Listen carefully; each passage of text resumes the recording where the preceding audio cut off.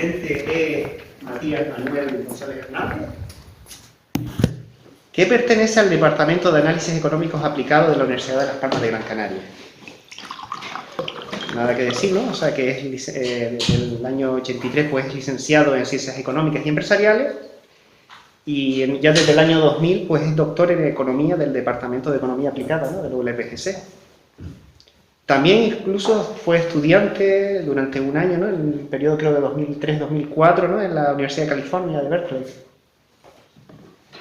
Y las líneas que podían ser de interés, ¿no? O sea, de investigación que ha tenido, pues el de la economía del medio ambiente, valoración de los bienes ambientales, economía de la acuicultura, economía del turismo sostenible, que es importante, planificación de destinos turísticos sostenibles, los indicadores, la oferta turística en entornos colaborativos y gestión integrada en zonas costeras.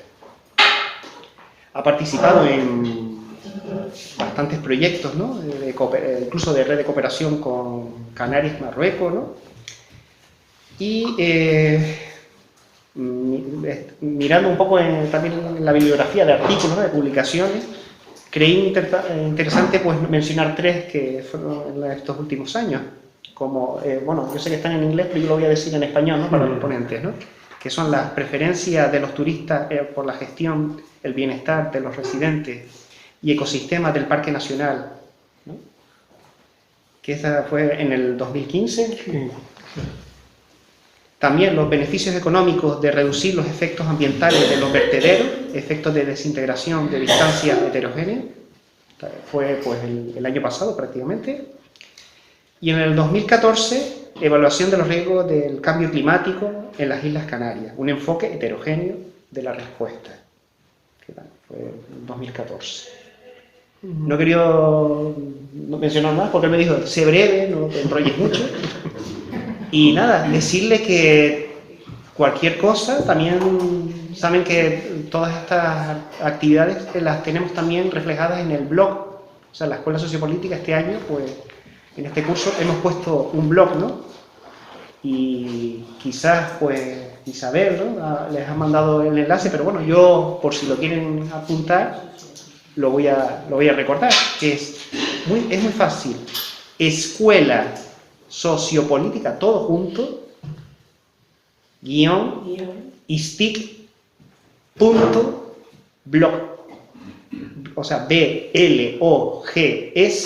blogs.pot, blogspot.com. Con eso ya lo podrían ver, pero bueno, si lo quieren ir ya más directo, pues .es, pero bueno, con poner .com ya lo reconocen, ¿no? Y ahí podrán ver pues unas breves introducciones de todas las... Yo se los mandaré puntualmente, después que tengamos material, desde que tengamos el material, como es habitual. A todo el que me deje su correo, pues lo recibirá. Sí, está abierto, no sé ya. Y nada, yo no quiero alargarme más, el ponente me dice que para ser un poco más dinámico, pues él se va a poner de pie, y entonces pues quizás, no sé si dejarte el... He tenido un día difícil y también para no que... ¿Sí? ¿Prefieren como...? Mira, bueno, sí, porque no tengas dos. Ahí, esto me mantiene controlado, como los becerros en la... Marco de España. Bueno, me quedo por aquí entonces. Me gusta moverme porque me equilibra totalmente. Pero yo quería que esta charla, que agradezco que hayas invitado, porque cuando uno le invita a dar una charla sobre algo que le parece interesante, pero sobre lo que no ha reflexionado mucho, pues en el fondo es una oportunidad para uno también de ponerse a pensar, de crear ideas y de intentar extraer algunas conclusiones al respecto, ¿no? Entonces, claro, el tema del turismo como actividad que crea riqueza, pero que también, bueno, es una actividad que ya veremos, ¿no? Genera desigualdad también, pues es una idea atractiva para reflexionar, ¿no? Porque fíjense que lo habitual es que cuando contamos la historia del turismo y la contamos a través de los medios de comunicación, ¿qué es lo que leemos? 15 millones de turistas, por cierto, ¿no? 14.981.000 turistas. supuestamente, ¿no? No sé si alguno se habrá escapado por ahí, no ser tan preciso, ¿no? Pues en el último año es un incremento excepcional, ¿no? Que sigue sumando a incrementos excepcionales desde el año 2011, ¿no? Más difícil es saber cuántas camas turísticas hay realmente en Canarias. Eso es uno de los misterios más o peor conocidos, ¿no? En otra cosa porque, como ustedes saben, hay mucho incentivo a mantener en ciertos ámbitos no oculta la actividad, fundamentalmente por razones fiscales, ¿no? Y entonces, bueno, conocemos una parte importante, ¿no? Aquella que se manifiesta, que se visibiliza, pero hay otra parte importante de la actividad turística alojativa, ¿no? Sabemos que los turistas se quedan en algún sitio, pero no sabemos todos los sitios donde se quedan, ¿no? Bien, 427.000 camas suponíamos a final del año 2016. Esto no se lo crean mucho, échenle algunas cuantas más, ¿no? Échenle por encima de 450.000 camas con toda seguridad. Están operando de una u otra manera, alojando gente, prestando servicios y cobrando por ellos, ¿no? En el ámbito, digamos, sumergido de la economía, ¿no? Entonces, bueno, lo que parece claro es que efectivamente es una actividad que ha creado mucho ingreso en los últimos años y también tenemos algunos indicios bastante claros de que la distribución de esa riqueza, de ese ingreso que el turismo ha creado, ha sido bastante desigual, ¿no? Ha sido bastante desigual. Esto también es un dato que en realidad no podemos leer en ningún sitio, ¿no? No hay ningún sitio que nos diga, oiga, mire, esto es así exactamente. Lo que tenemos que son indicadores que vamos tomando de aquí y de allá. Es como cuando interpretamos un cuadro a partir de 10 pinceladas gruesas, ¿no? Nadie nos cuenta el cuadro en sí, pero podemos coger las pinceladas por ahí y por allá y al final capturar una imagen, ¿no? Por ejemplo, sabemos que solo en 2016 los ingresos turísticos en Canarias crecieron la friolera de un 16% con respecto al 2015, ¿no? Si calculamos que el empleo ha crecido pues, apenas un 2,5%, y por tanto si los salarios se han mantenido, si el empleo crea un 2,5%, pues parte de ese crecimiento, ese 2,5% se va al empleo, a los trabajadores, pero ¿y a dónde ha ido el otro porcentaje? Claro, evidentemente ha ido a engrosar beneficios y ha ido a engrosar, digamos, la parte de la actividad turística que ya tenía más ingresos en el pasado, ¿no? Cuando lo que ha hecho es estirar el acordeón de la distribución de la renta haciendo más desigual, ¿no? Bien, sabemos esto, ¿no? En general, podríamos decir, bueno, la ecuación sería más o menos la siguiente, ¿no? Es decir, Canarias, si miramos algunos datos, muchos de esos ustedes los conocen porque me consta que los han dado los ponentes que han visto por aquí, ¿no? Por ejemplo, el índice de exclusión y pobreza, 37 y pico% de la población en Canarias, 32, algo menos de 32 en el resto del estado. El riesgo de pobreza 27% frente a 22. Sabemos también que los salarios en Canarias aproximadamente representan el 80% de la media de los salarios en el conjunto de la economía española. Tenemos una tasa de desempleo, o sea, la gente que está trabajando tiene un 20% menos de salario, pero además también tenemos el último dato de la EPA, era rondando el 26% de la tasa de desempleo, perdón, el 25, 24,9%, ¿no? De la tasa de desempleo, pero ya en España está ligeramente por debajo del 20%, o sea que mantenemos como un diferencial de 5 o 6 puntos en un montón de cosas, en desempleo, en niveles de exclusión social, niveles de pobreza, también niveles de pobreza severa, etc., ¿no? Claro, si el cuadro, España a su vez, es en el contexto europeo uno de los países donde las desigualdades son más manifiestas, ¿no? Y lo interesante es además también que Porque interesa ver la foto, pero interesa ver la película, ¿no? ¿Qué ha ocurrido en los últimos años, sobre todo a partir de 2007-2008 con la crisis, ¿no? Pues, por ejemplo, en el caso de España hay un coeficiente que mide el aumento de las desigualdades, el coeficiente de Gini, ¿no? Cómo se distribuye la renta, y resulta que España ha crecido la desigualdad significativamente más que la media europea, pero es que luego cuando he mirado los datos de cómo ha evolucionado el coeficiente de Gini en Canarias con respecto a España, pues también la tasa de ese coeficiente que mide cómo evoluciona la desigualdad ha crecido un 12% en los años de la crisis frente a un 7-8% en el contexto español, ¿no? Y a su vez un 2% en la media europea. O sea que somos posiblemente una de las comunidades más desiguales, de uno de los países más desiguales de Europa. También es verdad que Europa es de los continentes menos desiguales, o el continente menos desigual, pero bueno, estamos a la cola de igualdad del país que está a la cola de igualdad en el contexto europeo. Entonces, ¿qué pasa si juntamos las dos cosas? ¿Qué pasa si decimos, por un lado, que Canarias es una región, una comunidad, una nacionalidad, como ustedes quieran, en la cual la actividad turística tiene un peso extraordinariamente importante? Por ejemplo, decía el último informe de Exceltur que de cada aproximadamente, ¿no?, de cada 3 euros de actividad económica en Canarias, 1 se explica por la actividad turística, alrededor del 32%, ¿no? Si hablamos del empleo, un poquito más, ¿eh? El empleo, hablaban ellos del 37% del empleo generado, el empleo existente en Canarias, es explicado por los consumos que llevan a cabo los turistas que visitan Canarias, directa o indirectamente. Es decir, que si tenemos todas esas entradas, tenemos todo ese peso de la actividad turística en la economía canaria por un lado, y tenemos que Canarias es muy desigual por otro, ¿qué podríamos concluir? ¿Podríamos concluir algo? Esto es un... Fíjense que esto es un razonamiento, que ustedes se acuerdan de los razonamientos,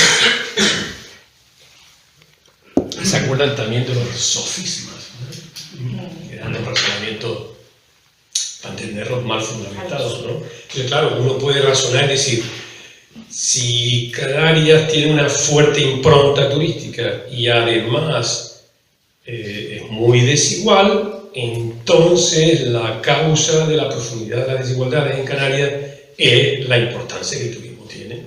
Y entonces tenemos algo que nos encanta a todos, ¿no? Que buscar un culpable para todos. Ahora ya no tenemos el turismo, entonces hacemos un discurso, un panegírico ahí antiturístico, nada, por ejemplo, podemos hacer esto, ¿no? O podemos elegir otro camino, ¿no? Que es un camino que ni quita ni no quita esto, ¿no? Porque es verdad, o sea, vamos a ver, si hacemos una comparativa de los salarios medios de la actividad turística en España, pues los comparamos con la actividad industrial o con otras actividades también del sector servicios, por ejemplo, sin duda, seguro, banca, incluso transporte, etc., observamos que los salarios medios del turismo son significativamente más bajos que los de otras actividades. Luego, claro, si tú tienes una economía que tiene un peso muy grande del turismo y muy poco peso esos otros sectores donde los salarios que se suelen pagar son más altos, la conclusión que llega es que efectivamente, ¿no?, el turismo, la especialización de la economía canaria en el turismo es uno de los factores que explican. ¿Pero qué es lo que explica en realidad? Explica la diferencia media de los ingresos de Canarias con los ingresos, por ejemplo, de España, porque España es un poco más industrial como por medio de Canarias, ¿no? Pero claro, no explican del todo porque además también las diferencias dentro de Canarias también son muy importantes, ¿no? No sé si me estoy explicando esto, es decir, comparamos comunidades y decimos Canarias con respecto a la media española está ahí abajo, ¿no? Pero bueno, y podríamos estar ahí abajo como media, pero entre nosotros estar más equilibraditos, ¿no? Y sin embargo esto no es así. También entre nosotros la diferencia, es más, las diferencias son mayores que la media de las diferencias entre los más ricos y los más pobres en España, y además decíamos antes que han crecido a lo largo significativamente más a lo largo de la crisis. Pues vaya panorama, ¿no? Vaya panorama. Pero una de las cosas que les quería plantear ya desde el principio es que lo que les proponía era una reflexión sobre las raíces, ¿no? Y las tendencias de la desigualdad económica que tienen su explicación en la actividad turística, pero sobre todo me gustaría que este ratito que vamos a estar juntos sirviera para otra cosa, que es para identificar modestamente, oiga, eso sí, modestamente, qué elementos, qué factores, qué resortes están en nuestra mano, de toda la gente que estamos aquí, para empezar a contribuir desde nuestro quehacer cotidiano a invertir esa tendencia, ¿no? Porque hay una cosa que es muy importante, ¿no? Hay que entender esto, ¿no? El libro, yo creo que el libro más inteligente que se ha escrito de economía en el siglo de lo que va del siglo XXI, que es el de nuestro amigo, ahora me acordaré, porque una de las cosas que tengo es unas fallas de memoria magníficas, ¿no? Que es el de este economista francés que escribió un libro que se llama Piketty, que escribió un libro que se llama El Capital del siglo XXI, un libro fantástico, ¿no? Un libro extraordinario. Dice dos cosas importantes. Una es que, pero claro, esto no sirve de consuelo, ¿no? Que en realidad si analizamos, este es el mérito de ese libro, ¿no? Lo que ha pasado en los últimos 200 años, que es lo que hace ese libro, en 30 países del mundo, los 30 países de mayor afluencia económica, ¿no? Los ricos, observamos que la mayor parte del tiempo, tanto la riqueza como el ingreso se han ido distribuyendo cada vez de manera más desigual. Es verdad que la tarta ha ido creciendo. Claro, entonces la pobreza absoluta, los niveles carenciales que podemos manifestar los pobres hoy, ¿no? Comparados, imagínense, con aquella descripción que hacían algunos historiadores sobre la Inglaterra de principios del siglo XIX, ¿se acuerdan? Aterradora, ¿no? Evidentemente no son niveles, pero la tarta ha crecido, pero la desigualdad, es decir, cómo se distribuye esa tarta, también la mayor parte del tiempo ha crecido. De hecho, en el análisis de él, solamente entre 1910 más o menos y 1950 y pico, por una serie de factores que sí que no nos vamos a meter ahora aquí, porque nos iríamos por los cerros de Úbeda, la desigualdad en estos países ha decrecido, es decir, ha habido aumento de la igualdad. En el resto del tiempo, y sobre todo a partir de los años 70, la desigualdad ha vuelto a cabalgar otra vez intensamente y, curiosamente, si tomamos como algunos índices que él ofrece, ¿no? Pero bueno, son muy técnicos y tal, ¿no? Pero podríamos estar alcanzando en la segunda década del siglo XXI niveles de desigualdad cercanos a los que existieron en la segunda década del siglo XX. O sea que después de haber supuestamente progresado 20, 30, 40, 50, 60, ¿no? Lo que llama los años felices, ¿no? No tan felices, ¿no? Fíjense que antes de la guerra, durante la guerra, lo que provocó mayor igualdad en realidad fue la extraordinaria destrucción de riqueza. O sea, lo que pasó es que, claro, la tarta se hizo tan pequeña, ¿no? Que era más difícil generar desigualdad, ¿no? Y lo que ocurrió en los 50 y primeros 60 es que hay un gran pacto por la estabilidad en Europa, ¿no? O sea, es como una especie de armisticio de los conflictos de clase que animaron también las guerras mundiales y esos ese gran pacto lo que llevó es durante un par de décadas a que los salarios se recuperaran. Pero ustedes recordarán, porque ya todos tenemos idea de ello, ¿no?, a aquellos personajes, por ejemplo, de Europa, Margaret Thatcher y Ronald Reagan en Estados Unidos, ¿no?, que fueron la cabeza visible de las políticas, y ahí es donde quería llegar, que volvieron a generar un punto claro de inflexión en la evolución de la desigualdad en las economías occidentales, y a partir de ahí un crecimiento galopante, digo bien, galopante de la desigualdad, hasta tal punto que en este momento hay datos que uno dice, pero bueno, ¿no? En este momento, por ejemplo, los 9 individuos más ricos del mundo atesoran una riqueza igual a la de la mitad de la población mundial más pobre, es decir, 9 igual a 3.600 millones de seres humanos, ¿no? Potente, ¿no?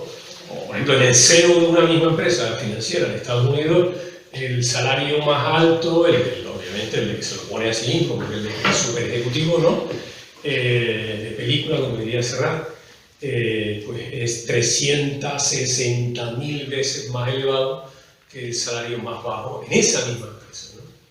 Una cosa extraordinariamente llamativa, ¿no? Y es verdad que uno diría, esto solo ocurre en Estados Unidos, y es verdad, pero lo triste es que aunque hoy en día solo ocurre en Estados Unidos, es verdad también que está marcando la pauta para el resto del mundo desarrollado. Y en Europa, en este momento,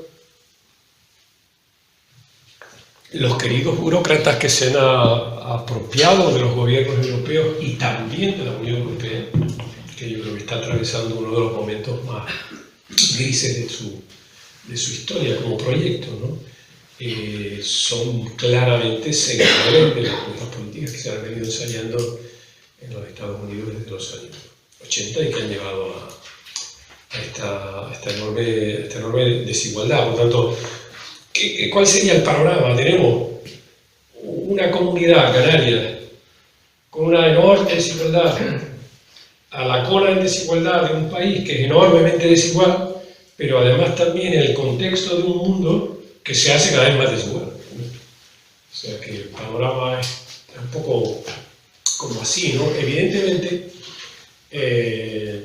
ninguna realidad se puede describir, como diría algún filósofo del siglo XIX, solo con tendencias de este tipo, ¿no? Siempre que hay una tendencia de este tipo, hay lo que se llama una contratendencia. Hay factores también que están operando en el sentido, procesos, organizaciones, dinámicas que operan en la dirección de generar sociedades más igualitarias. Lo que pasa es que a día de hoy no vemos a Ciudesa, por ejemplo, ¿no? Decíamos antes, ¿no?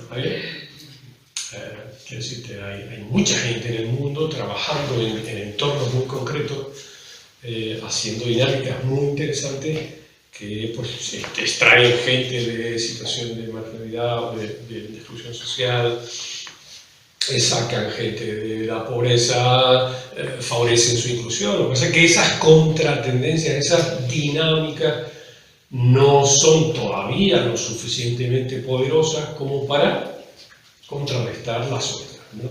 Entonces, bueno, ese es un poco el contexto en el que nos movemos aquí y en la actividad turística en Canarias. Ahora, decía Piketty que en ese libro, que hay una cosa que a mí me parece, y ya es aquí donde me gustaría que empezáramos ya a pensar en clave de los deberes que tenemos que hacer, ¿no? Piketty dice que no hay ningún determinismo que haga inevitable que la sociedad transite por derroteros de cada vez mayor desigualdad. No hay nada intrínseco en la condición humana ni en la manera en que, ¿no?, son resultantes de que aquellos que tienen en su agenda política, ¿no?, programas que conducen a mayor desigualdad han sido exitosos con respecto a los que hemos tenido. Tampoco nos estamos llamando torpes ahora mismo, ¿verdad? Sí, torpes ahora, ¿no? Bueno, han sido más exitosos a la hora de imponer sus programas que lo hemos sido, se supone que todos aquellos, ¿no? Todos estamos aquí, todas, ¿no? Que hemos militado en el bando, digamos, ¿no? De quienes hemos intentado que la sociedad transitara por otros derroteros, han sido más exitosos. Han sido más exitosos y han manejado muy bien desde la manipulación social, la generación de miedo, ¿no? Los medios de comunicación que pintan la realidad de una determinada manera, ¿no? Esto es un tema muy interesante, ahí no sé si, seguro que muchos de ustedes estuvieron aquí en la charla de Federico Aguilera, que fue extraordinaria, ¿no? Y yo creo que una de las cuestiones que nos dejó bien claro es que la realidad es una construcción social, la realidad, ¿qué es la realidad? Que cuando se lleva a cabo lo que hace es reflejar los intereses de quienes están construyendo esa realidad. Y entonces, si lo que hacemos es abrir el periódico, cualquiera, de la inmensa mayoría de los periódicos, enchufar la televisión y componemos nuestra visión del mundo a partir de la información que tenemos ahí, claro, está, ¿no? Entonces, los salarios no tienen por qué subir. Señora, entiéndalo desde la tele, le dice un tal, ¿no? ¿Por qué no suben? Porque si suben los salarios, disminuyen los beneficios. Si disminuyen los beneficios, no hay inversión. Si no hay inversión, no hay empleo. ¿Y qué pasa si no hay empleo, hombre? Pues amarre ese cinturón, viva con salarios peores, que lo que tenemos que hacer es generar empleo. Pero después del empleo no aparece, no importa, pero él no es la receta. Y repítalo usted machaconamente de 350.000 veces y todos al final decimos, pues ya está, ¿no? Hay economistas que dicen lo contrario, y gente muy buena, ¿no? Bueno, el premio Nobel, Krugman, ¿no? ¿Qué dice Krugman? Pues dice, dale la leída a Krugman por ahí, ¿no? Que escribe mucho en el país y en estos sitios, ¿no? Pues lo que dice es lo contrario, ¿no? Bueno, dice muchas cosas, pero con respecto a esto, lo que dice es que en realidad el gran problema de la economía ahora mismo a nivel global es que esa extraordinaria desigual distribución del ingreso lo que hace es que la inmensa mayoría de las familias no tengan ingresos solventes suficientes como para demandar bienes y servicios en el mercado. Y si no hay demanda, no puede haber actividad, y si no hay actividad económica, no hay empleo. Y entonces él le da la vuelta y dice, tenemos que subir los salarios para que crezca el empleo. ¿Ven? Es decir, cada uno pinta el cuadro con los colores que quiere. Pero nosotros lo que tenemos que darnos cuenta al respecto de lo que dice Piketty es que no hay un determinismo que diga, es que la economía, ¿no? Que es lo que la mayor parte de los economistas del sistema, como diría, del régimen que se dice ahora, ¿no? Tratan de contarnos, ¿no? Es que claro, la economía tiene su regla de funcionamiento y no funciona así, no vamos a ver, es falso, ¿no?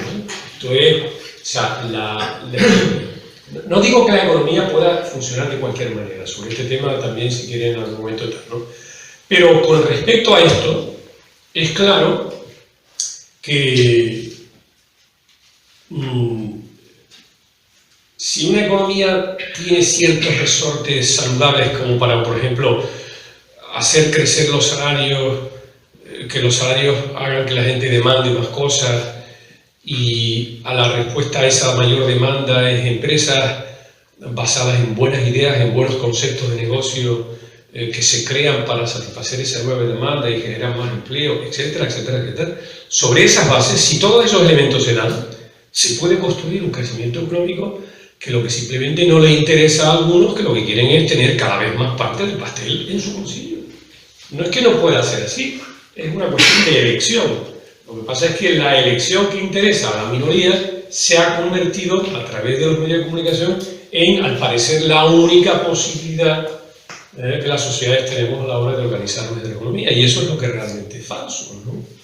Entonces, esto tiene mucho que ver con lo que les quería decir de la desigualdad en el turismo también, ¿no? Lo que quiero que veamos luego, ahora veremos las raíces un poquito, 5 minutitos. Es que me pongo a hablar, como lo veis, disparando, ¿no? Pero 5 minutitos para ver un poco las raíces, de dónde emerge todo esto, y luego qué podemos hacer. ¿Por qué? Porque si la los niveles de desigualdad por los que transita una sociedad es en el fondo una elección política. No en el sentido de a quién le das un voto, sino cuáles son los proyectos políticos sociales con los que la gente mayormente se identifica. Pero no en este país, la tragedia esa del suelo electoral tan gigantesco que tiene el Partido Popular, ¿no? Tiene abducida a un tercio de la población de que las cosas solo pueden ser de esa manera y solo esa panda les da seguridad a la gente. Es increíble, ¿no? Es como si uno cogiera... Bueno, tampoco voy a poner insultón ni nada porque no es mi estilo, ¿no? Pero es como si, claro, es como como era este tema, poner al lobo a cuidar a las ovejas, ¿no? Y fíjense ustedes, ¿no? ¿A quién le da confianza? Pues los que están sistemáticamente metiéndome la mano en el bolsillo. Qué bueno, ¿no? Esos son los que me dan confianza. Magnífico. Pero la representación mental que tiene esa sociedad es que, por algún motivo, todo lo que se salga de esa estrecha visión de lo que le cuentan ciertos medios y ciertos políticos en general es tal, y lo demás genera miedo, genera preocupación, tal, porque también el discurso del miedo está ahí latente, ¿no? Bueno, venga, ahora, ¿qué va a pasar si tal partido viene tal tipo y tal? Pues seguro que va a ir peor porque la confianza de los inversores, ¿no? Oyen esto permanente, ¿vale? Bueno, pues todo esto es el cuento, ¿no? Entonces, importante, ¿no? La desigualdad no es una enfermedad irremediable, es una opción política. Pero cuando digo política no digo, y de esto hablaremos luego, una opción político-militante, no en el sentido antiguo de la palabra, no de que todos nos pongamos a militar en el partido político, no estoy hablando ni siquiera de eso, sino de una elección política que una sociedad hace y al mismo tiempo que hace esa opción, lleva a cabo el comportamiento y las acciones necesarias para hacerla viable. O sea, uno puede pensar que es muy chungo que todo el sistema financiero esté en manos de cuatro instituciones bancarias, un claro monopolio, que cuando pueden, pero a la primera de cambio te engañan, ¿no? Las preferentes, las no sé qué suelo, todo, cada vez que pueden, ¿no? Si te miras para allá ya están dándote, ¿no? Bueno, oye, también sabemos que la inmensa mayoría, no sé, tampoco voy a ponerme aquí pesado en esto, ¿no? Pero no sé si la inmensa mayoría, revisemos nosotros, ¿no? De los que estamos aquí también tenemos nuestras cuentas y revisamos nuestras operaciones con esas instituciones, ¿no? Lo que les da su poder es que manejen nuestro dinero, no otro. Entonces, bueno, quiero decir, es que a eso estoy hablando. Cuando una sociedad toma una elección política, es decir, una elección sobre cómo cree que se puede organizar la sociedad, cómo organizar la economía, cómo organizar la representación política, cómo organizar el papel de los partidos, el papel, todo, ¿no? El poder judicial, todo eso, y hace lo necesario para lograr que ese proyecto político se lleve a cabo. Eso es a lo que me refiero. Entonces, cuando hablo de proyecto político, no hablo de votar a un partido cada 4 años.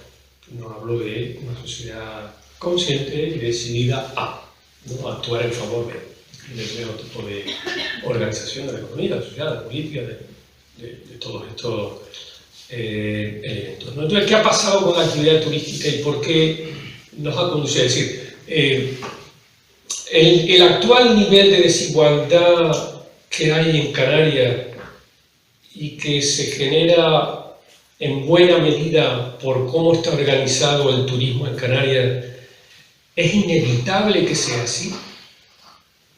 ¿O podría haber sido de otra manera y aún así todavía podemos llevarlo en otra dirección? Esta es la pregunta que en mi opinión tiene sentido que nos hagamos, ¿no? O sea, entonces la cuestión es, ¿qué ha pasado en los orígenes, ¿no? Si nosotros ahora pensamos quiénes son, otro día Pepe daba unos datos ahí de cómo ya tenemos grandes empresarios que aparecen en los primeros lugares de las listas de más ricos de este país y tal, ¿no? Ya estamos en esa liga, fíjate, ¿no? Y cuidado porque muchas veces, perdón, me estoy autodando calor.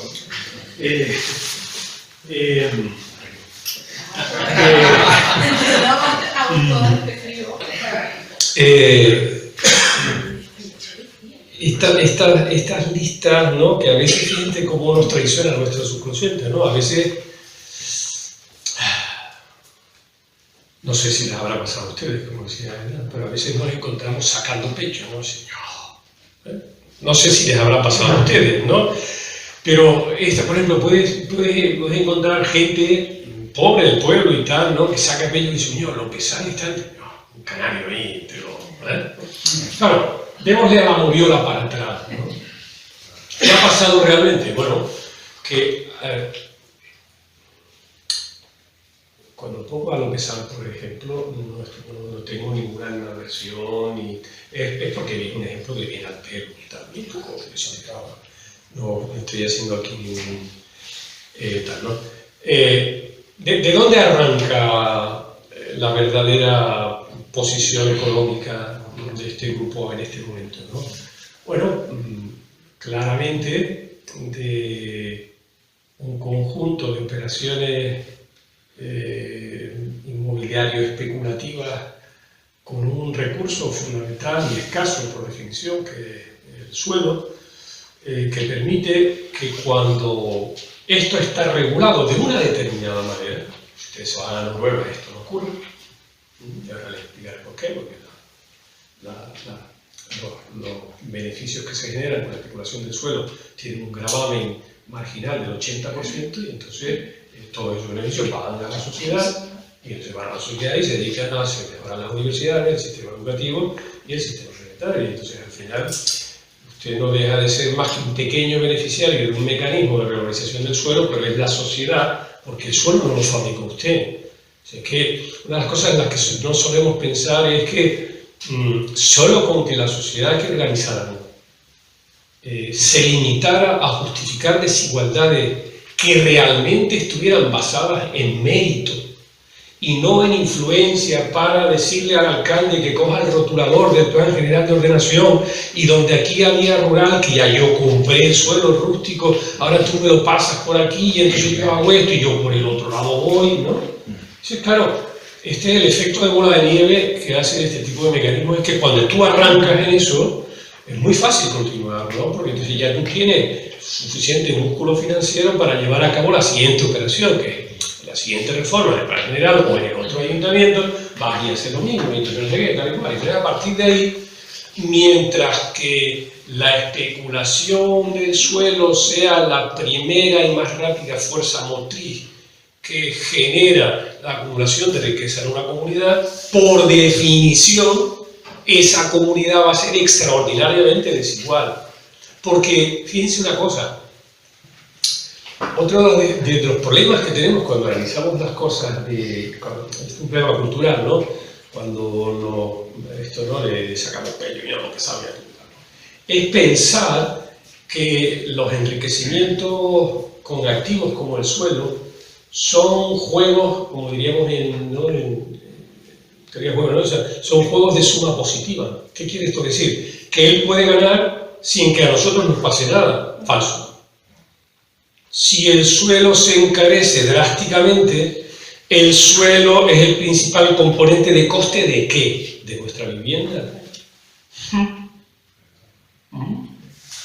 Claro. O cuando todos los generadores de RIC empezaron a invertir, mal llamado, invertir en realidad, a especular con suelo industrial y pusieron el precio del suelo industrial por las nubes, ¿qué estaba pasando? Que si el precio del suelo industrial está por las nubes, habrá menos inversores que lleven a cabo inversiones industriales, es decir, habrá menos empleo para quitarle el desempleo a menos gente. Luego, esa especulación con el suelo industrial se estaba traduciendo en desigualdad, que es cronificar gente en el desempleo. Tenemos que entender estas relaciones complejas, porque si no nos creemos, bueno, el tío, qué rico está, ¿no? No, eso tiene unas consecuencias por el otro lado también, que lo que hacen es que el acordeón, un acordeón, ¿no? El acordeón no solo hace esto, sino también hace esto, o mejor, así, no solo hace esto, sino hace esto también. Entonces, volvemos a los orígenes. Cuando se construye el modelo turístico en Canarias, nuestros queridos especuladores deciden que esto de crear realmente una industria turística es A, muy difícil, y B, les desborda sus capacidades. Porque ¿qué es una industria turística? Es estructurar un territorio para proveer servicios de valor a la gente que viene, es estructurar un sistema de organización de las ventas, es estructurar un sistema de promoción turística en los mercados de origen, es organizar los vuelos. Eso es muy complejo, la gente se cree, claro, y eso es, ellos son los responsables de esto, ¿no? Que hacer turismo es como soplar y hacer botellas, pues no es verdad. Lo que pasa es que para ellos sí, porque ellos se reservaron la primera parte de la película, que fue, nosotros nos limitamos a coger, primero, el suelo barato, que nos lo promocionen turístico, y tenerlo caro, y luego a construir. Y a partir de que construimos, cogemos esos beneficios, nos los llevamos otra vez a donde realmente dan rentabilidad inmediata y alta, a comprar más suelo, a dar. Mientras que en los años 60, primeros 60, el gran turismo, la verdadera industria turística fue cosa de operadores externos a Canarias. Las primeras cadenas mallorquinas que vinieron, el papel que los turoperadores alemanes y los grandes inversores atraídos por esos turoperadores vinieron a hacer en Canarias, eso era verdaderamente la industria turística. Los nuestros próceres estaban ahí, haciendo beneficios de la noche a la mañana, poniendo el suelo por las nubes con operaciones. Más aún, las 2 o 3 más importantes crisis turísticas, de las que ustedes se van a acordar, que Canarias tuvo en realidad, más que debidas a que de repente los turistas dejaran de venir a Canarias abruptamente, ¿saben qué pasó en realidad? Si ustedes cogen los datos, lo que van a ver es que simplemente es que animados por el proceso especulativo, comprar suelo, promocionarlo turísticamente, construir, hacer beneficio, volver a comprar suelo, la oferta de camas se disparaba sin ningún fundamento. No es que la llegada de turistas cayera, ¿no? Es que estos chicos, animados por lo magnífico que era el negocio, ¿qué es lo que pasaba? Claro, llegaba un momento en que teníamos capacidad para X, cuando nos estaban viniendo X partido por 2. Bueno, eso no hay economía que lo resista. No es lo mismo tener un hotel con un 80% de ocupación que tenerlo con un 40%. ¿Por qué? Porque hay demasiada oferta. Y claro, ahí sí, ya cuando ahí paraba, entonces claro, paraba la construcción. Ellos ponían a buen recaudo sus fondos esperando a la siguiente y la gente se iba al paro. Y esto pasó sistemáticamente en Canarias, recurrentemente en Canarias, a lo largo de estos 40, 50 años. Y que en el origen profundamente especulativo de cómo se ha construido la actividad turística en Canarias, basada en una alianza entre nuestros prohombres, nuestros grandes inversores y las instituciones políticas, que en realidad, lamentablemente,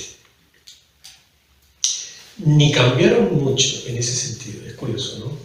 Del franquismo a la democracia, ni cambiaron mucho tampoco del Estado centralizado al Estado autonómico, ¿no? O sea, si uno revisa las cifras, ¿no?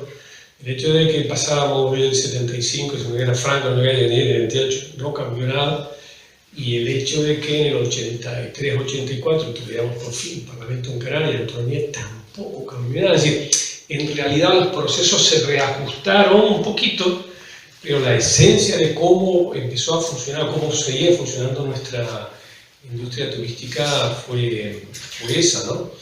Pero fíjense otra cosa además también.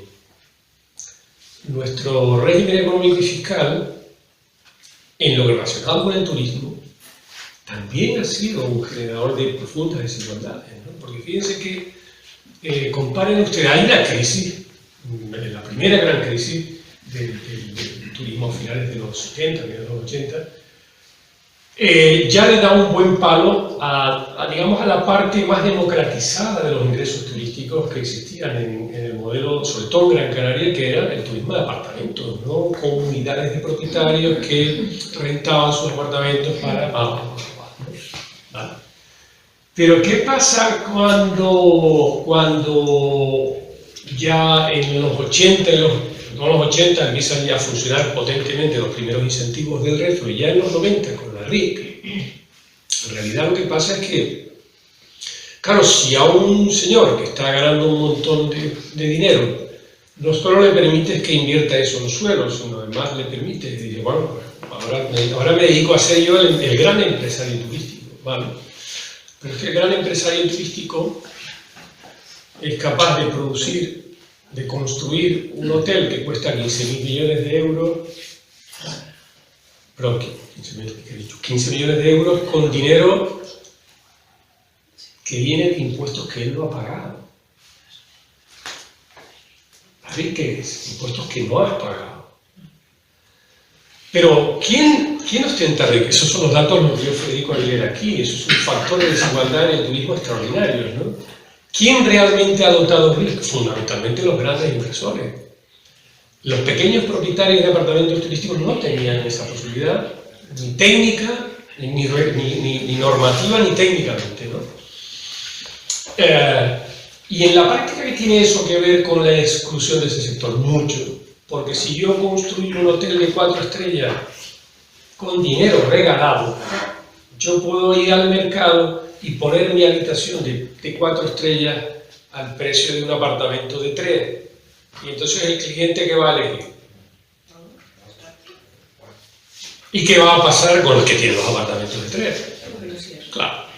Entonces, bueno, hay vasos comunicantes, ¿no? Es verdad que también hay muchos otros factores que pudieron haber influido, ¿no? La falta de profesionalización en la gestión de este tipo de apartamentos, muchas otras cosas. Pero la puntilla se la da este doble fenómeno. Uno, la especulación, que pone muchas más camas en el mercado de las que el mercado es capaz de ocupar. Y dos, una RIC que permite a los grandes inversores poner camas en el mercado a un precio que no pueden competir los pequeños productores turísticos. Fuera del sector, más desigualdad, entonces. Es decir, que hemos tenido también, y esto no es inevitable, es lo que decía antes, esto es una elección política, esto es un proyecto político que se impone, que es de los inversores, que lo que quieren es retornos rápidos de su inversión, ¿no? Me acuerdo de haber hablado con uno, que es increíble, ¿no? Diciendo, yo sí, si no recupero la inversión en 2 años, para mí no es una buena inversión. Y digo, bueno, míralo él, ¿no? Míralo él, ¿no? 2 añitos y tal. Esto no ocurre, en economías de capitalismo maduro en Centro Europa, no ocurre ni de locos, ¿no? O sea, la rentabilidad del 7 al 8%, la gente dice, oye, qué bueno, ya, no, 2 años y no recupero. Estaba tan habituado a que esto fuera así, que cuando un negocio no tenía esas características especulativas, es que simplemente no le interesaba, ¿no? Esto es lo que llamamos en su momento, los teóricos de la economía canaria, José Andrew Rodríguez y toda aquella gente, la vocación, qué bonito veo, ¿no? La vocación rentista del capital canario, ¿no? Es decir, bueno, a mí, lo que interesa es el suelo, barato, caro, venga, pipa, y ya está. No, que usted, no sé, imagínense, voy a poner un ejemplo, digo yo, no sé, una industria de transformados ecológicos de alimentos de no sé qué, ¿no? Claro, que busca, que investiga el mercado de no sé qué características. Aquí esto no se complica la vida, ellos, ¿no? Como dar un pelotazo de tal ya no tienen, ¿no? Pero es que esos son los que financiaron los partidos políticos, los que influenciaron cómo hacíamos las leyes en Canarias, los que presionaron al gobierno de Madrid y a Bruselas para que permitiera, por ejemplo, yo me acuerdo las discusiones, oye, ¿y la RIC se puede aplicar a suelo? Primero decía Madrid, no, que puedo aplicar a suelo, ¿no? Que sí, hombre, que sí, que no, que sí, que sí. Al final, ¿qué fue? Que sí. Claro, entonces lo que digo es que durante este periodo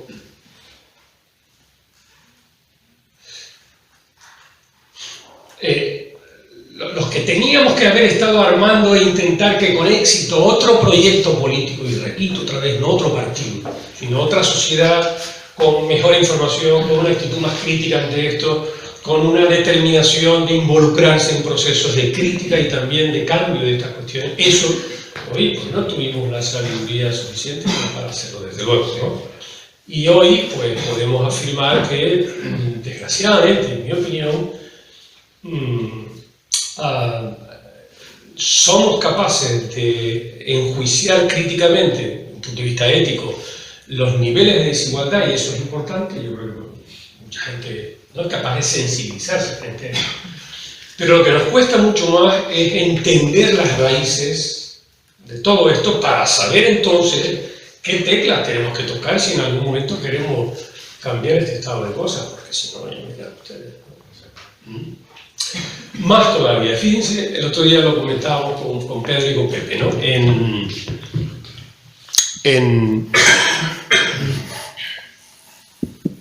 Le voy a hacer una encuestita ahora, ¿no? ¿Cuántos de ustedes han reparado en una noticia que salió en los medios de comunicación hace una semana sobre la posibilidad de aplicar RIC? Todos lo sabemos, ¿no? Cuando hablamos RIC, reserva de inversiones, es que los beneficios, mientras ¿no? están ahí guardaditos sin pagar impuestos, y si yo en 5 años lo invierto, ¿vale? Entonces, básicamente, ¿no? Está bien. Entonces, y la noticia era, ahora Madrid y Bruselas aceptan que la RIC se aplique también al sector de la vivienda vacacional. ¿Quién reparó en esta noticia? Porque estas son muchas veces las típicas noticias que las vemos el titular y seguimos ahí, ¿no? Entonces, lo que yo digo es que si alguna vez queremos cambiar el estado de cosas, tenemos que lograr una sociedad que cuando lea una noticia como eso, primero dé un respingo, ¿no? Sobre la silla que está leyendo, si está de pie. Respingo, ¿no? O sea, algo que nos llama la atención negativamente. Si oye, vamos a ver esto realmente qué significa. Fíjense la lectura que yo hago. Cuando la veo, ¿no? Digo, vamos a ver. Después de los años 60, en los que, sobre todo en Gran Canaria, el sector de los pequeños apartamentos dio entrada en la actividad turística a un montón de pequeños ahorradores que, gracias a eso, tuvieron algunos ingresos, pero que por un conjunto de factores, entre otros, la completa desatención por parte de las políticas públicas, ¿no? Decir, bueno, ¿qué hay que hacer con esto? Oye, que se está quedando obsoleto, venga, ¿cómo lo hacemos? ¿Cómo profesionalizamos? ¿Cómo damos información? Nada, no fueron esto que se busque en la vida, fueron muriendo, también en las condiciones. Bueno, después de ese fenómeno que va languideciendo, ¿no? El siglo XXI, gracias a Internet y las low cost de transporte, las compañías de transporte baratas, y gracias a la formación y la capacitación de las personas, ha permitido algo muy interesante, ¿no? Y es que la actividad turística recupere parte, vean, intenten verlo así, ¿no? Parte de su característica genuina, ¿no? Es un turista centroeuropeo que ya 40, 50 tacos, ha viajado por todo el mundo, que ya no está tanto en el rollito de no, si el hotel, si esto, qué bonita, y no sé qué decir, lo que quiere es vivir experiencias más genuinas, que entonces lo que quiere decir, no, quiero, oye, en el centro de Las Palmas, un sitio que me permita ir a la playa, pero por la tarde ir a donde va la gente a tomarse una copita, o a lo mejor voy allí al no sé qué, donde hay tal, y me meto en un teatrito, en un rollito, ¿no? Algo, vivir con la gente, ¿no? Como le gusta uno hacer cuando va a París, en sus sitios, ¿no? Disolverse, ¿no? Eso que te permite que tú entres en internet y digas, oye, a ver, oye, mira qué interesante esta casita, oye, ¿dónde está ubicada? Aquí, tiene cerca esto y lo otro, ¿no? Le escribo un correo, oiga, sí, mire usted, pim, pam, de estas características, etc. Las fotos, ¿no? Cerramos, ¿no? ¿Qué estamos quitando en el medio? estamos quitando un super mega operador que organiza millones de gente, no sé qué, que además por intermediar se lleva la parte del león del ingreso turístico, etc. Y además estamos permitiendo que una persona que a lo mejor no está en su mejor momento económico, pero tiene un pequeño activo, que puede ser un piso, puede ser una habitación. Bueno, Airbnb hace unas cosas increíbles.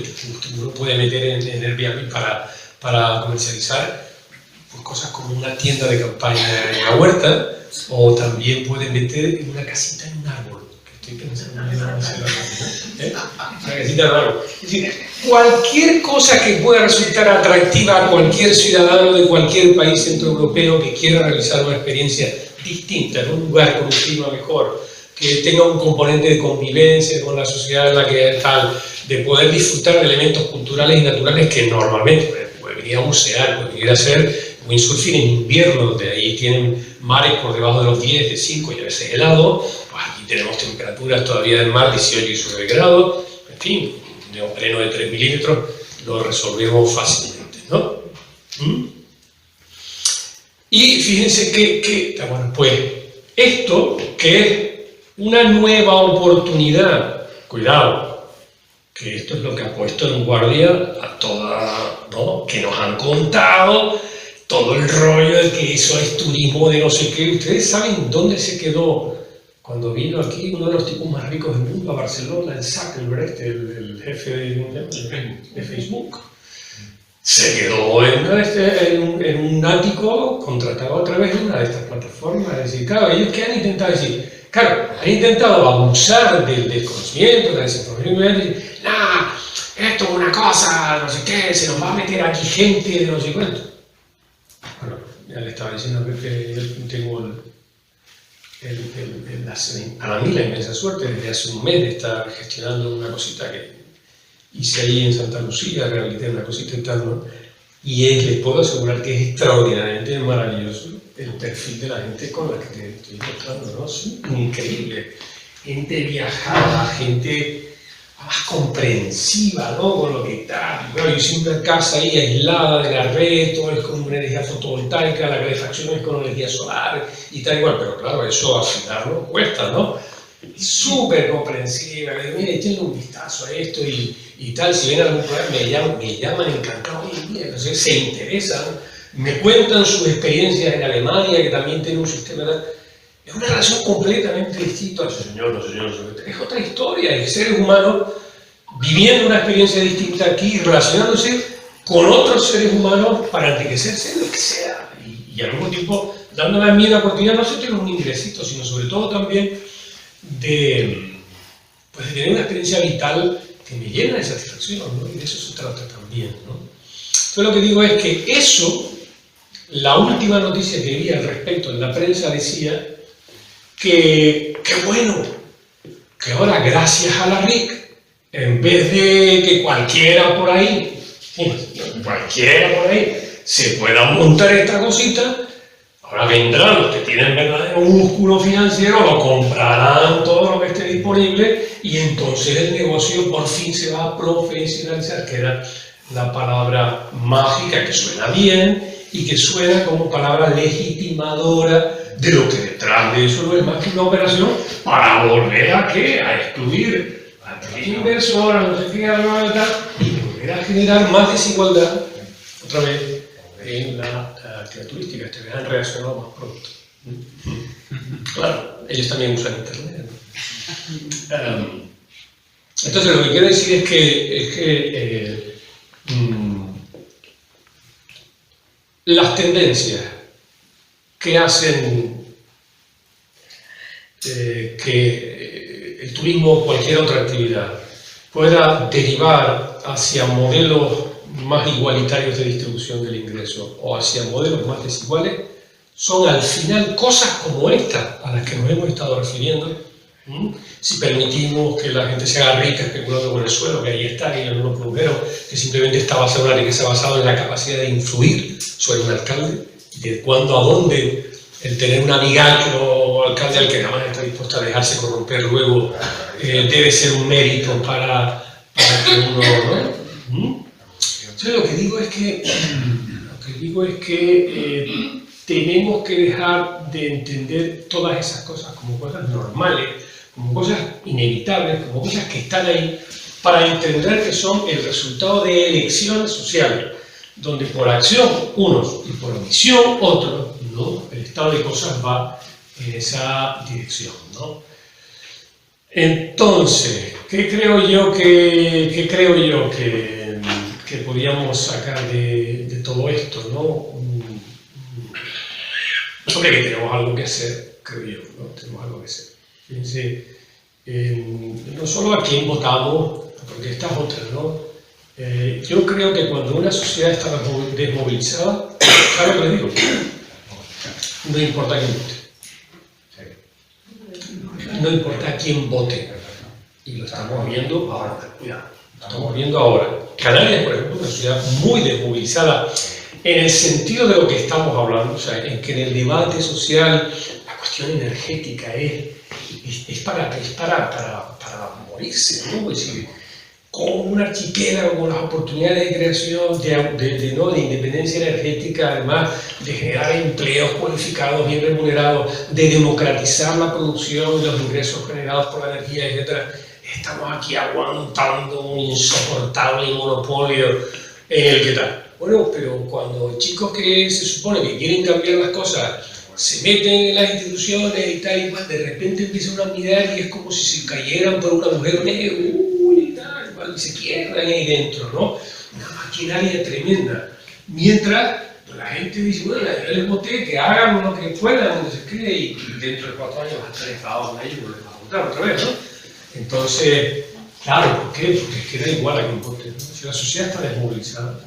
Pepe está mirando la hora, me estoy pasando ya la está soltando una serie de datos que yo creo que resuelven el diálogo ahora que... Bueno, resumo, Pepe, para tal, ¿no? Es decir, ámbitos en los que yo creo que es necesario recuperar movilización, pero cuando hablo de movilización no piensen solamente en, no, y ahora tengo que ir a manifestaciones, no necesariamente, estoy hablando de esto.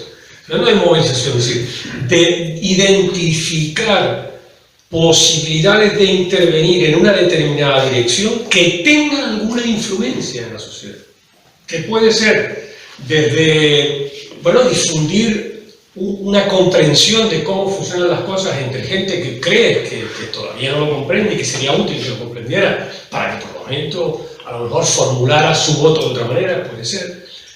Desde el ámbito educativo, ¿no? Piketty decía que se ha demostrado que la difusión del conocimiento y la formación y la capacitación son las dos únicas contratendencias que en el capitalismo son capaces de ponerle freno a la creciente desigualdad, ¿no? En la distribución del ingreso. En el caso del turismo es muy evidente, ¿no?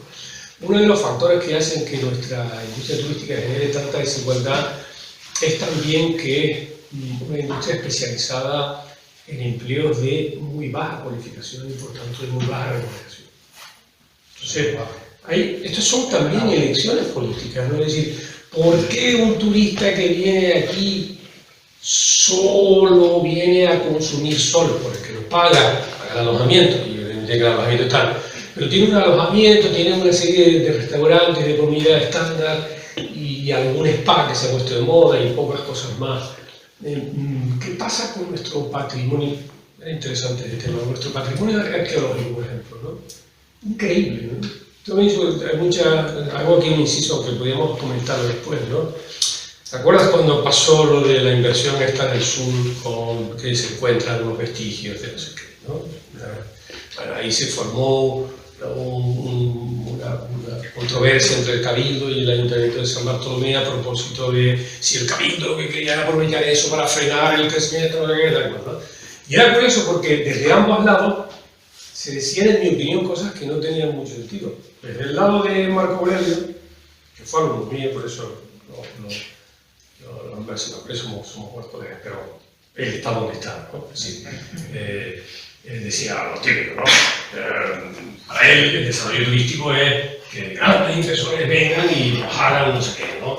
y que haya miles de canarios y canarias que estén por ahí desde sus respectivos ámbitos montando una empresita para proveer servicios de salud asociada al deporte en el medio natural, por ejemplo, o de turismo activo, o de buceo, o de tal, eso no le interesa tanto como que venga alguien con una buena chaqueta y ponga ahí, ¡vamos!, 1.500 millones.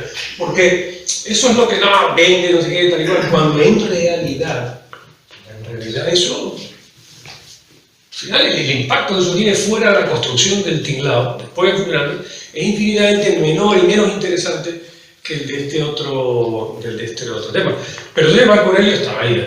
Pero por el otro lado decía, no, porque claro, hay que ver si estos vestigios son merecedores de una conservación. Digo, pero ¿de qué conservación estamos hablando? ¿Ustedes han visto cómo están buena parte de los yacimientos arqueológicos en esta isla? En el conjunto del archipiélago canario, en un estado de abandono espectacular. Sí, claro, ¿con qué argumentos tú le vas a contarle a la gente que vas a la gente que tiene la información que tiene, que vas a ponerle el límite a una mega inversión, que es un Marco Aurelio y nuestra prensa, lo que nos permite, no sé qué tal, para tener un yacimiento arqueológico que al año está en condiciones absolutamente deplorables, que no tiene ningún argumento, ¿no? O sea, aquel debate era un debate de despropósitos uno detrás del otro, por ambas partes. En mi opinión, ¿no? Por más que me resulten más simpáticos, obviamente, unos que otros, ¿no? Pero tenemos que aprovechar todo esto para hacer pedagogía social, para hacer autocrítica también, para decir por dónde pueden ir las cosas, para vincular positivamente, por ejemplo, patrimonio arqueológico y turismo con más valor añadido, para que un turista tenga más oportunidades cuando visita Canarias de gastar más recursos y por tanto generar más empleo, para que la gente no solo, para que el turismo no solo genere empleos de muy baja cualificación y muy baja remuneración, sino que 500 o 1000 universitarios que todos los años terminan las carreras ahí, ingenierías de diverso tipo, ambiental, electrónica, no sé qué tal, ciencias del mar, el mar, patrimonio extraordinario. Nosotros estamos trabajando ahora en un proyecto muy bonito de ecoáreas de ecoturismo litoral. Y bueno, los datos que uno tiene ahí son espectaculares. No hay ningún lugar en las costas europeas, ni uno solo, que se acerque ni de lejos a Canarias en la potencialidad de ecoturismo litoral que tiene este archipiélago. Y de emplear a gente con cualificación universitaria a generar rentas razonables en una actividad como esa, porque gente en Europa dispuesta a venir para eso, si cambiamos la imagen, si cambiamos la promoción y la orientamos ahí, cosa que ya estarán los de turno diciendo, cuidado, ¿no? Porque claro, depende de qué promociones, ¿no? La gente se hace una idea de dónde ir y dónde va a gastar también, ¿no? Entonces, bueno, ¿y qué pasa? Pues que cada vez que hay una reforma del sistema educativo o cada vez que hay una oportunidad de intervenir en cómo la universidad no forma, me da culpa también, apropiadamente a sus egresados para que descubran qué oportunidades de ingreso bien remunerado hay proveyendo servicios de calidad y bien construidos a los turistas. Cada vez que identifiquemos eso, tenemos que estar ahí en ese frente y tenemos que estar en el frente de la formación profesional y tenemos que estar en el frente contra la monopolización de la vivienda vocacional y por la... bueno, ahí en ese sentido, por ejemplo, Barcelona creo que está dando algunos pinceladas de lo que puede ser un modelo interesante, ¿no? De parar en unos sitios, en el centro, que está tal, y tratar de llevar alojamiento turístico a barrios de Barcelona de menores niveles de renta que den oportunidad a la gente, pero bien, razonablemente bien conectados, claro, para llevarlo por allá, ¿no? Pero, y hay muchísima gente dispuesta a hacer este tipo de cosas. Lo que quiero decir, termino ya, entonces, es que deberíamos, creo, ¿no? Intentar, o me gustaría, que pudiéramos salir de aquí también con un pequeño compromiso de estar atento a la jugada, de hacer análisis crítico sobre por qué ocurren las cosas, de buscar esos por qué y sobre todo de asociarnos para pensar en cómo podemos, a través de de dónde compramos, a través de a quién votamos, a través de, sobre todo de dónde compramos también, ¿no?